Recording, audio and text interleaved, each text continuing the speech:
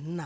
நீங்கள் என்ன சொல்ல வந்திருக்கீங்கன்னா, நான் ஒரு கொள்ளைக்காரன், உங்கள் பேங்கில் கொள்ளையடிக்க வந்திருக்கிறேன். இதை படித்துவிட்டு எந்தவித ரியாக்ஷனும் இல்லாமல் நான் கேட்கும் ரூபாய் 3,00,000 பண்டல் கட்டி தரவும். இல்லை என்றால் துப்பாக்கியால் சுட்டு கொன்று விடுவேன். அதுதானே? தெரியுதுல்ல, அப்புறம் என்ன பக்கத்தில் டிஸ்கஷன்? படிச்சதை புரிஞ்சுக்கிட்டு சட்டுப்பட்டு அனுப்ப பாரு. அதெல்லாம் ஓகே சார். வேற என்ன? ஆனால் பூரா தப்பு தப்பாக எழுதியிருக்கீங்க.